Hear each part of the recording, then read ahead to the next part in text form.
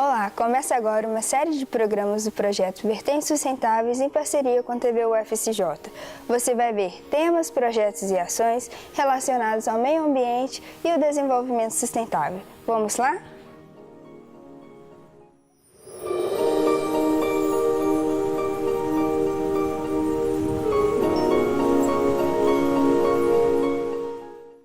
Olá, o vídeo de hoje do projeto Vertentes Sustentáveis terá como tema permacultura. Para falar mais um pouco do assunto, temos o convidado Paulo, graduado em Biologia pela Universidade Estadual Paulista e facilitador de processos sociais. Olá, Paulo, bom dia. Bom dia.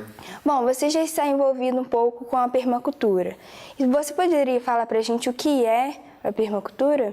Claro. Bom, a permacultura, esse termo permacultura, ele vem da junção das palavras permanente e cultura. Então a ideia é uma proposta de criar uma cultura permanente. Ela foi desenvolvida lá pelos anos 70, na Austrália, por dois pesquisadores, dois estudiosos, que eram o Bill Mollison e o David Holmgren. E eles já vinham estudando, o Bill Mollison principalmente, vinha estudando muito a questão dos conhecimentos tradicionais, indígenas, lá no caso da Austrália, né, os aborígenes australianos. Então ele vinha estudando todos esses conhecimentos tradicionais de como culturas tradicionais perduraram durante milhares de anos e a nossa cultura, pouco a pouco, estava assim, queimando todos os nossos recursos naturais e tudo mais, a ponto de não ter uma possibilidade de perdurar no tempo e espaço, né? Então a permacultura surge com essa proposta de a gente começar a construir uma cultura permanente com base nesses conhecimentos tradicionais, como dos aborígenes australianos principalmente. E uma base da permacultura muito forte são a questão dos princípios éticos. Então, o que são os princípios éticos? Né? É o que embasa a permacultura como um todo, que seriam três. O primeiro deles é o cuidado com a terra, na questão da gente ter esse cuidado com a nossa relação com o meio ambiente, com toda essa questão, como que nossas ações impactam o meio ambiente, né?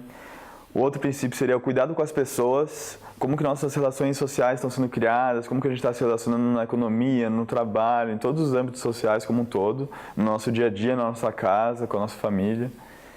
E o terceiro princípio ético é o partilhar os excedentes. Então, a questão da gente poder ter uma partilha justa, né, entre todos, para não ficar... Porque um excedente seria uma forma de poluição também, um excedente não aproveitado. Então, a gente partilhar o máximo possível esses excedentes. Então, né, resumindo, é uma filosofia que busca trabalhar com a natureza e não contra ela, através de uma visão sistêmica, enxergando a sociedade, as relações humanas com o meio ambiente como um todo. Muito interessante. Como a permacultura pode contribuir para um desenvolvimento de uma sociedade mais sustentável, voltando mais para a natureza? Bom, essa é uma questão muito interessante, né? Porque o que é sustentável, né? Se a gente começa a observar a nossa sociedade, a gente vê como a agricultura está sendo feita, monocultivos, com agrotóxicos, com adubos químicos, com muitas coisas, transgênicos. Na questão da construção civil, né? Os impactos são muito grandes também com a natureza, na produção do cimento, de todas essas questões.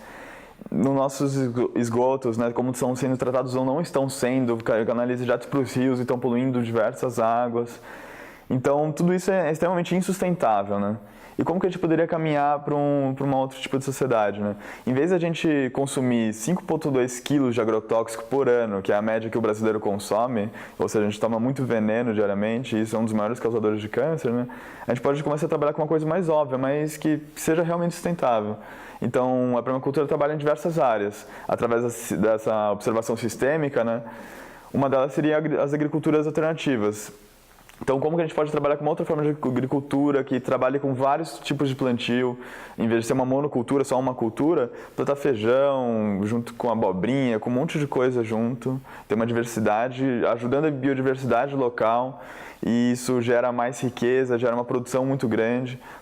Grandes produtores no Brasil já são orgânicos, e pequenos também, agricultores familiares também. E na parte e tudo sem agrotóxico, né, tudo orgânico pelo menos. Na parte da construção tem as bioconstruções que a gente fala, que são técnicas de construção com barro ou com pedra mesmo, também com bambu, com várias outras formas. E daí o pessoal fica com receio, né? Mas é duradouro mesmo? O bambu mesmo, na tração dele, se a gente for fazer esse tipo de força, ele tem a mesma resistência do aço. Então são possibilidades realmente viáveis e que estão dando certo, né? E que já dão certo há muitos anos, muito antes da gente começar a usar o cimento, né? O pau a pique, a taipa de pilão, várias técnicas aí, o adobe, o super adobe, várias técnicas de bioconstrução.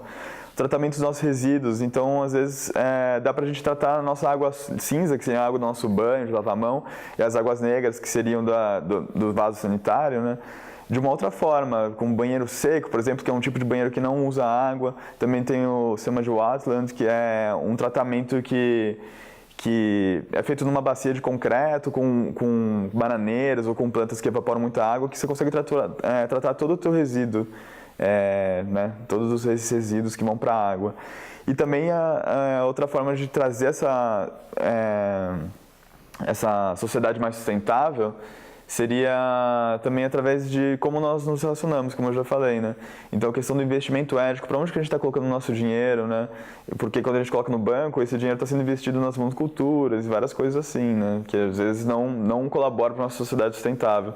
E também como que a gente vai relacionar com todas essas questões também está permeada dentro da permacultura. Então, a relação social, você como facilitador de processos sociais, tem tudo a ver com o desenvolvimento da permacultura na nossa sociedade. Tem, eu tenho atuado mais nessa parte de como a gente pode lidar em grupo e tudo mais. O interessante é que a permacultura, por ela ser tão abrangente, tão holística, qualquer profissão é super necessária, sabe? Então, minha formação como biólogo, né, eu me aproximei por causa disso. Depois eu comecei pela facilitação de processos, que comecei a trabalhar mais nessa parte das relações visíveis, de como nos relacionarmos em sociedade. Então, tem arquitetos, tem muitos, por questão da bioconstrução. Todas as profissões são extremamente bem-vindas e necessárias para esse processo. Muito interessante. Aí você participa de um grupo Curare, né? O grupo de permacultura. Qual que é a proposta desse grupo nesse meio da permacultura? O Curare, ele surgiu com um grupo de amigos lá para 2007 que começaram a conhecer a permacultura, fizeram um curso, começaram a se interessar muito. E daí, em 2009, surgiu a ideia de fazer um PDC popular. O que é o PDC? É o Permaculture Design Course, que é um curso um curso de permacultura, um curso de design em permacultura, né? Que é um curso que o Bill Mollison, lá, um dos criadores, né, da permacultura, propôs para falar uma mesma língua de permacultura em todo o mundo. Então esse curso ele acontece em mais de 100 países já a permacultura está disseminada, né? E esse curso acontece que tem 72 horas, que é um curso de introdução à permacultura. Só que muitas vezes em alguns institutos, em alguns lugares, o valor não é tão acessível. Então a gente teve essa demanda de começar a trabalhar com um PDC, esse curso, né, de permacultura, popular. Que daí foi junto com a moradia estudantil da Unesp na época, e sempre teve esse vínculo bem forte com a Unesp. A gente usa essa sede lá, né? Os cursos normalmente residem na Unesp, tem residido até então. E isso viabiliza ser muito mais acessível também. Então, a gente está organizando esses cursos, é uma preocupação muito grande nossa, essa questão da educativa, disseminação da permacultura com base, que elas não são só as técnicas, né? Tem toda a questão dos princípios éticos. Então, a gente trabalha tanto na formação desse curso, que eu acho que seria a nossa principal ação atualmente, também trabalhando com escolas, disseminando esse conhecimento, como que a gente pode trabalhar com escolas, com crianças, né? É muito interessante essa interação com a escola, criança, porque ela já vem criando essa base desde pequeno, né? Querendo mexer nesse meio permacultura, muito interessante, né? Exatamente isso. Muito bom. Então, para finalizar, qual você acredita ser o ponto principal para inserir a permacultura na sociedade? Como a permacultura é tão abrangente, a forma de inserção da nossa cidade também tem que ser tão abrangente como observar o contexto, como que a nossa cidade está e como que a gente pode trabalhar. Então, existem infinitos caminhos, políticas públicas, na educação com crianças, em todos os caminhos. Na ciência está sendo cada vez crescendo mais a permacultura também através da ciência. E na nossa casa e dentro da gente. Acho que esse é o primeiro passo, a gente começar a reconhecer na gente a importância da permacultura e aos poucos, né, ir disseminando em todos os âmbitos da sociedade e crescendo para ela como um todo. Muito obrigada, Paulo. Esse foi mais um programa do projeto Vertentes Sustentáveis.